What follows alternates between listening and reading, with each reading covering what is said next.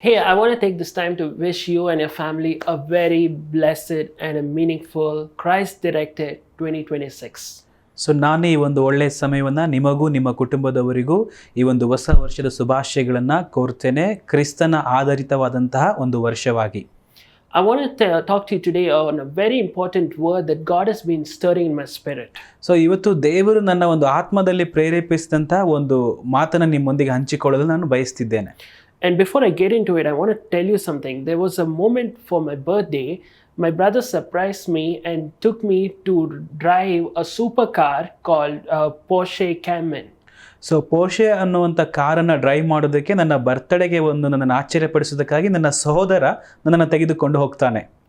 I didn't know what kind of a car this was or anything. I knew it was a luxury car and I knew that this was a wow car, but I didn't know the supercar element or how fast it would go, what is it about. I didn't know all that.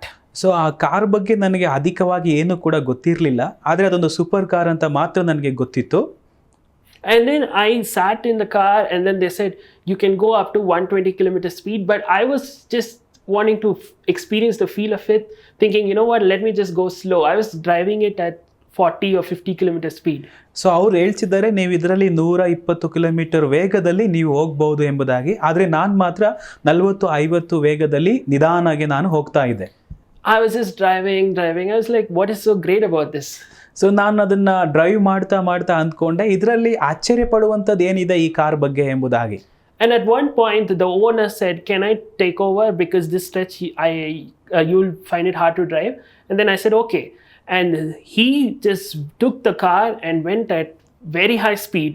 So ಅದರ ನಂತರ ಆ ಒಂದು ಕಾರಿನ ಮಾಲೀಕ ನನಗೆ ಹೇಳಿದರು, ಈ ಒಂದು ಸ್ಥಳದಲ್ಲಿ ನಿಮಗೆ ಓಡಿಸುವುದಕ್ಕೆ ಕಷ್ಟ ಆಗ್ತದೆ, ನಾನು ಇದನ್ನು ಓಡಿಸ್ತೇನೆ ಎಂಬುದಾಗಿ ಅವರು ಕಾರ್ನ ನನ್ನ ಕೈಯಿಂದ ತೆಗೆದುಕೊಂಡು ಅವರು ಓಡಿಸುವಾಗ ಬಹಳ ವೇಗವಾಗಿ ಆ ಕಾರನ್ನು ಓಡಿಸ್ತಾರೆ. And the minute he did that, the sound of the engine changed, the performance of the car changed, everything was so different. The car roared like a lion.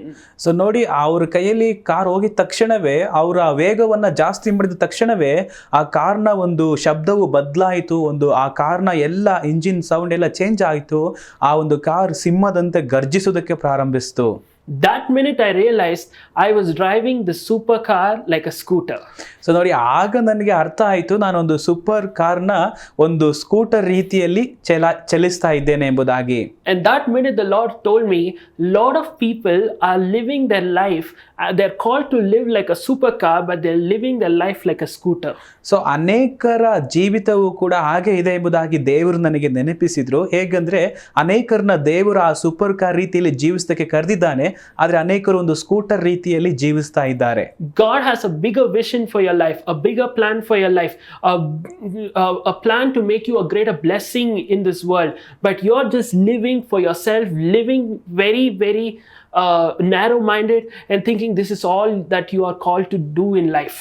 So ಆದರೆ ದೇವರು ನಿಮ್ಮನ್ನು ಉನ್ನತವಾದ ಕಾರ್ಯಗಳನ್ನು ಮಾಡುವುದಕ್ಕೆ, ದೊಡ್ಡ ದೊಡ್ಡ ಕಾರ್ಯಗಳನ್ನು ಮಾಡುವುದಕ್ಕಾಗಿ ನಿಮ್ಮನ್ನು ದೇವರು ಕರೆದಿದ್ದಾರೆ, ಆದರೆ ನೀವು ಮಾತ್ರ ನಿಮ್ಮನ್ನು ಕುರಿತು ಕಡಿಮೆಯಾಗಿ ಚಿಂತಿಸ್ತಾ ಒಂದು ಕಡೆ ಕೂತು ಬಿಟ್ಟಿದ್ದೀರಿ. See, when you think about Peter in the Bible, all he could think of was fishing. Where will I sell this fish? Oh, this breed of fish will give me more money. Or this is the right time to sell. This is the right time to fish. He was only thinking about fish, the net quality, or the selling price of the fish. All that was in his mind. ನೋಡಿ, ಪೇತ್ರನ ನಾವು ಬೈಬಲಲ್ಲಿ ನೋಡೋದಾದ್ರೆ ಪೇತ್ರನ ಮನಸ್ಸಿನಲ್ಲಿ ಇದ್ದಂಥದ್ದು ಒಂದೇ. So ಈ ಮೀನನ್ನು ಎಲ್ಲಿ ಮಾರೋದು, ಯಾವ ಮೀನು ಮಾರಿದರೆ ಎಷ್ಟು ಹಣ ನನಗೆ ಹೆಚ್ಚಿನದಾಗಿ ಸಿಗ್ತದೆ, ಸೊ ಯಾವ ರೀತಿ ಮೀನುಗಳನ್ನು ಹಿಡಿಯೋದು, ಈ ಒಂದು ಬಲೆಯ ಒಂದು ಗಟ್ಟಿ ಯಾವ ರೀತಿಯಾಗಿ ಬಲೆ ಇದೆ ಎಂಬುದಾಗಿ ಈ ರೀತಿಯಾಗಿಯೇ ಪೇತ್ರನ ಒಂದು ಯೋಚನೆಯಾಗಿತ್ತು. But when you look at Matthew 4:19, Jesus' call over his life was not to be a fisherman, but to be fishers of men. A greater calling to be a blessing to multitudes. So ನೋಡಿ, ಆದರೆ ಮತ್ತಾಯನು ಬರೆದ ಸುವಾರ್ತೆ 4:19 ನೋಡ್ತೇವೆ, ಅಲ್ಲಿ ಪೇತ್ರನ ದೇವರು ಕರೀತಾರೆ, ಮನುಷ್ಯರನ್ನ ಹಿಡಿಯುವಂತ ಬೆಸ್ತರನಾಗಿ ಮಾಡ್ತೇನೆ, ಮೀನನ್ನ ಹಿಡಿಯುವಂತವರನಾಗಿ ಅಲ್ಲ ಎಂಬುದಾಗಿ. Today, are you just stuck in your own typical job scenario, your same 9 to 5 job, or just your financial troubles, or just this usual routine in your life and thinking this is all my what I'm going to see in my life? Or are you willing to believe that God has something bigger in your life, something better, something greater, so that you can perform not like a scooter but like a Porsche or supercar, so that you will be a greater blessing in Jesus' name?